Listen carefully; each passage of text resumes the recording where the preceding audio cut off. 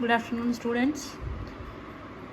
Friday को हमने exercise करी थी 4.1। मैंने आपको क्या बताया था, उसमें क्या एक्सप्लेन करा था? हमने एक्सप्लेन करा था लाइंस के बारे में। ठीक है, लाइन सेगमेंट क्या होता है, पैरेलल लाइंस क्या होती हैं, इंटरसेक्टिंग लाइन क्या होती हैं, और जो उसके कोई फिगर दिया हो तो उसके पॉइंट्स कहाँ होते हैं, वर्टिसेस कहाँ होते हैं। तो आज मैं उसके आगे का बताऊंगी। लाइन से फिगर बनता है, यू नो वेल, राइट। तो लाइन से फिगर बनता है। तो फर्स्ट क्वेश्चन में उन्होंने कहा है कि हमें शेप्स दे दी कुछ। उन्होंने कहा है ये बताओ कि इसमें से क्लोज्ड कर्व कौन सा है और क्लोज्ड कर्व कौन सा नहीं है। येस और नो में आंसर देना है, राइट। तो फर्स्ट जो है फर्स्ट जो है वो है एक ट्रायंगल की शेप बनाई हुई है। तो ये जो है ये क्लोज्ड कर्व है। एक तो क्लोज्ड फिगर होता है, वो तो अलग होता है, वो तो क्लोज्ड कर्व। तो ये क्लोज्ड कर्व है। फर्स्ट पार्ट जो है उसको यस लिखोगे, सेकंड पार्ट जो है वो नो है, राइट। इसके आगे वाले जो दिए वो सारे कर्व में ही हैं, तो वो सारे के सारे क्लोज्ड हैं, कोई भी ओपन नहीं है, तो सबको उनको यस लिखना है। फिर सेकंड क्वेश्चन है। सेकंड क्वेश्चन में उन्होंने बोला पॉलीगन कौन कौन से हैं। ठीक है, पॉलीगन्स क्या होते हैं? पॉलीगन्स होते हैं जो जिसमें स्ट्रेट लाइन का यूज करके उस फिगर को क्लोज किया गया हो। ओपन नहीं होना चाहिए और उसमें कर्व नहीं होना चाहिए, स्ट्रेट लाइंस होनी चाहिए, राइट। तो स्ट्रेट लाइंस होनी चाहिए। तो जैसे फर्स्ट क्वेश्चन है, उन्होंने क्या बनाया है, एक शेप बनाई है, ध्यान से देखो इसको। उन्होंने पूछा है कि क्या ये पॉलीगन है या नहीं। तो ये पॉलीगन है, इसको यस लिखेंगे। फिर इसका जो सेकंड पार्ट है, या थर्ड आई थिंक, हाँ थर्ड है, मैंने बाय मिस्टेक सेकंड लिख दिया। थर्ड में उन्होंने फिगर तो क्लोज बनाई है, लेकिन ये स्ट्रेट लाइंस है, ये इसमें एक कर्व है, तो इस कर्व की वजह से ये पॉलीगन नहीं होता है। अगर ये स्ट्रेट लाइन होती तो ये पॉलीगन होता, लेकिन यहाँ इन्होंने कर्व बना दिया तो ये पॉलीगन नहीं है, इसको आप नो लिखोगे। ऐसे जो बाकी शेप्स दिए वो आप चेक करना उसमें क्या है, क्या लिखा हुआ है।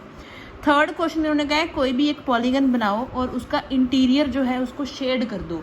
मैंने एक बार पेन से किया है, आप पेंसिल से बनाना, आपको इजी रहेगा, क्योंकि अगर मिस्टेक होती है, गलती होती है फिगर में, तो उसको इरेज करना आसान हो जाता है। तो मैंने एक क्या बनाया है, एक पॉलीगन बना दिया। किस कोई भी शेप हो सकती है, ट्रायंगल बनाओ, स्क्वायर बनाओ, रेक्टेंगल बनाओ, pentagon, hexagon, any close shape, लेकिन पॉलीगन का ध्यान रखना कि उसमें स्ट्रेट लाइन का यूज़ किया गया हो, ना कि कर्व का।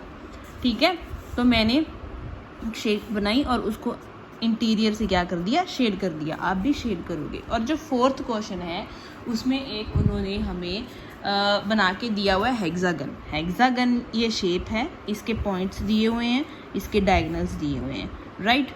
तो उसका फर्स्ट पार्ट पूछा है कि इसमें वर्टिसेस कितने हैं।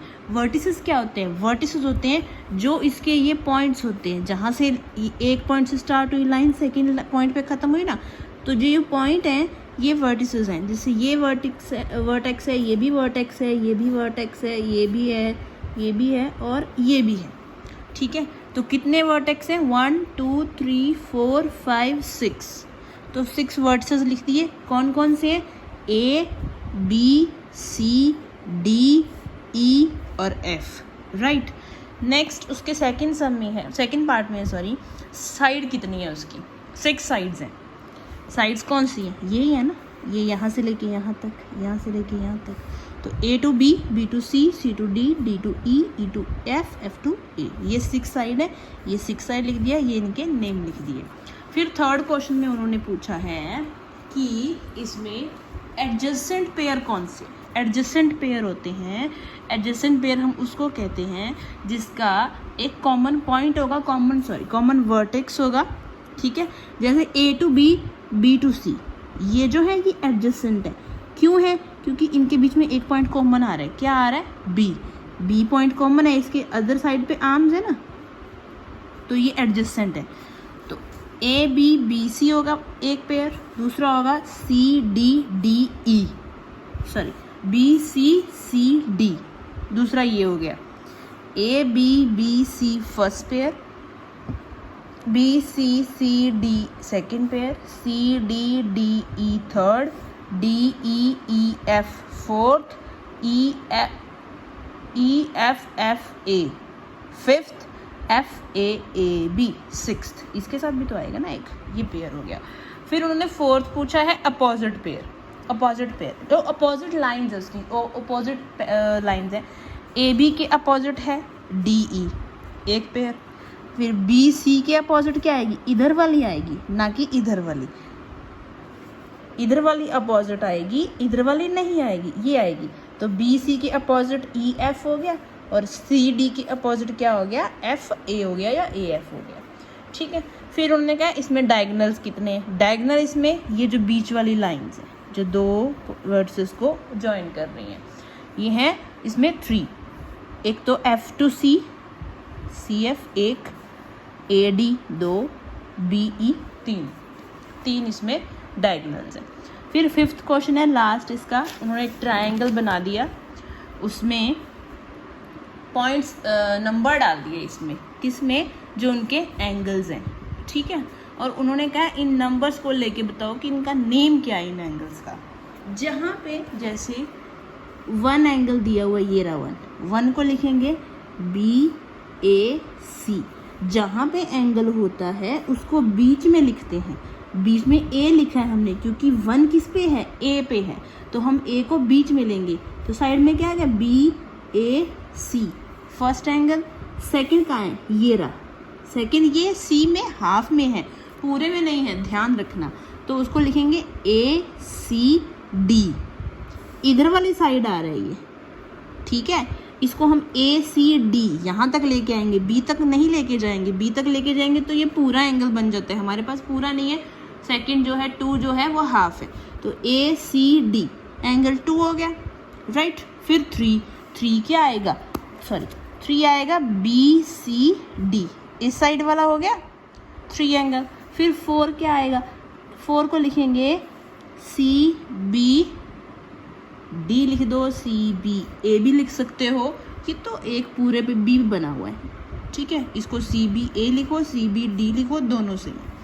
फिर 5 है AD और C, इस तरफ जा रहा है, लेफ्ट में जा रहा है, ये D के हाफ में है, तो ADC है ये, राइट। और 6 क्या है, BDC, राइट।